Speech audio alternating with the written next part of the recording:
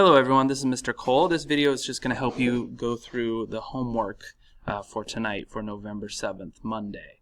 And what we'd like you to get started on today is thinking a little more specifically about how you will answer the guiding question for the unit, which will be our summative assessment writing task next week. And the question right here, the guiding question on the top of your handout is, was the Civil War a war for freedom?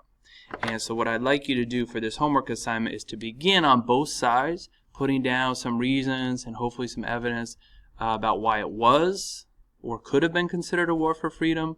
And then on the flip side, why maybe it could be considered that it was not a war for freedom, but in fact about other issues and other ideas or causes. And for the purposes of tonight's homework, I would just like you to begin getting down ideas. You may not have all of your work with you tonight because you might have turned some in today. You'll be getting that back tomorrow, and so you can add to this handout throughout the week. But please do get started putting down some of your ideas. And if you are stuck on this, if you're not able to add ideas, then please make sure you're coming in for office hours and making sure that you're caught up on all of the homework and all of the readings from last week. So here's the handout. There's two sides, and on the one side it says reasons why the Civil War was a war for freedom. And so you're going to put some reasons in the left column and then add some evidence here. And this could come from any of the readings and the packets we've done. Please put down like where you got it from, what page number, what handout. And I would encourage you to not just put quotes, but to also put ideas in your own words. And then we can see on the flip side are the reasons why the Civil War was not a war for freedom. So please make sure you're finishing at least 2 rows per side. Put down as many details and ideas as you can. And the more work you put into this, the easier time you'll have doing a great job on the summative assessment next week. I do want to go over a few supporting ideas that you can use to kind of get started. So let me just talk through a few things here. And these are not things you need to write down or copy down, but they are kind of some background thoughts you can use to help you do the handout tonight. So here's some ideas, again, arguing or supporting the side that the Civil War was a war for freedom. And please, again, keep in mind the discussions we had about freedom and what that means in terms of political freedom, social freedom, and economic freedom from our work in class last week. And so some ideas that it was about freedom.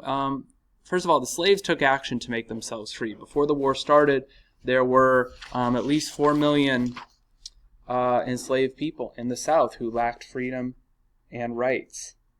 And many of these slaves did gain freedom by escaping. And many former enslaved people and African Americans were fighting in the war because they believed it was about freedom. They believed it was about ending slavery. And they thought that fighting and supporting the side of the Union was a way to ensure that freedom and overcome racism. And there were 180,000 free blacks and former slaves that fought for the Union Army and Navy.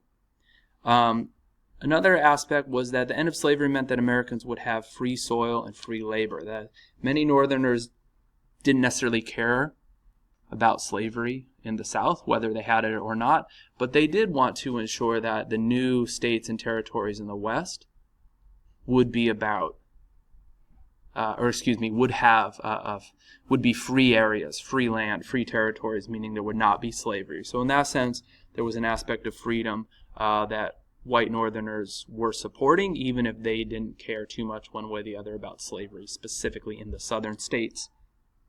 And then we've also been talking this week about the role of Abraham Lincoln and how Lincoln and some white Northerners did help free the slaves. We talked today about the Emancipation Proclamation and its role, and we debated or discussed at least the extent to which it did or did not free the slaves.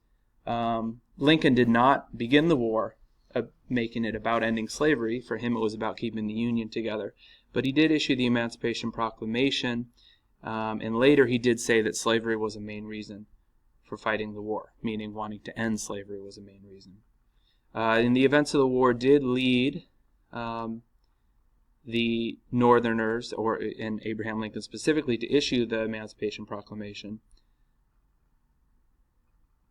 as a way to help the North win by encouraging enslaved people in the South to escape, so they couldn't be used to support the Confederacy, but instead could be used to support the North. And these 4 million slaves did lack freedom and rights before the war, and this war was a step towards getting them freedom from one perspective. And also there were many abolitionists, some of whom we've talked about, including Frederick Douglass, who did really want slaves to gain their freedom and become equal citizens.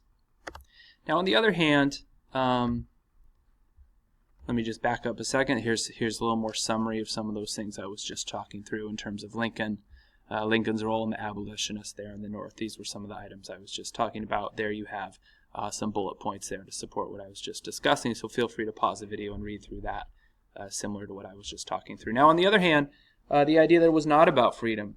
So white Southerners lost a lot of property. For many of them, the war was about losing things and losing freedom. Slaves were freed, and the South was destroyed, and Southerners essentially lost their way of life, which, as we've discussed, was based upon slavery. And they defined slavery in the South, many Southern slaveholders, as freedom to own slaves as property. And as property, slaves were worth $3 billion, so it was very high stakes economically. And people in the South also had very little food, and so civilians and women were rioting, and there was a lot of death and destruction in the South. So not from that perspective, this was not about freedom, but in fact maybe the opposite.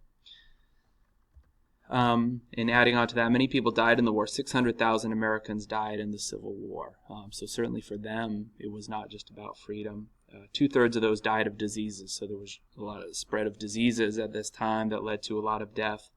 And in just one battle, 51,000 soldiers died in one battle at the Battle of Gettysburg in 1863.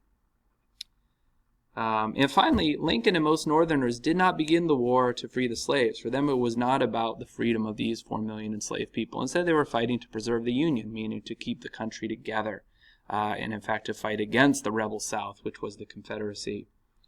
In his first inaugural address, Lincoln said that, quote, "The government will not assail you," meaning the seceded states. "You can have no conflict without being yourselves the aggressors. You have no oath to destroy the government, while I shall have the most solemn one to preserve, protect, and defend it." So for him, it was about keeping the government together. The South had no right to break this government of the United States apart by seceding and starting their own country. And for Lincoln, it was about keeping the country together. And in many cases, if he knew that if he made it only about slavery, many white people in the North wouldn't really support him because they weren't necessarily interested in fighting to end slavery. Maybe they were personally against it, maybe they didn't care, but for them it wasn't worth a war to end slavery. But it might have been worth a war to keep their country together. So those are just some of the ideas I'd like you to keep in mind. Feel free to please email me with any questions. Please rewatch this video. Please come in for office hours this week. And again, the main thing I would like you to complete tonight is both sides of this handout right here, starting to get down some of your ideas on both sides of the issue, and then you'll take a position on it during our summative test next week.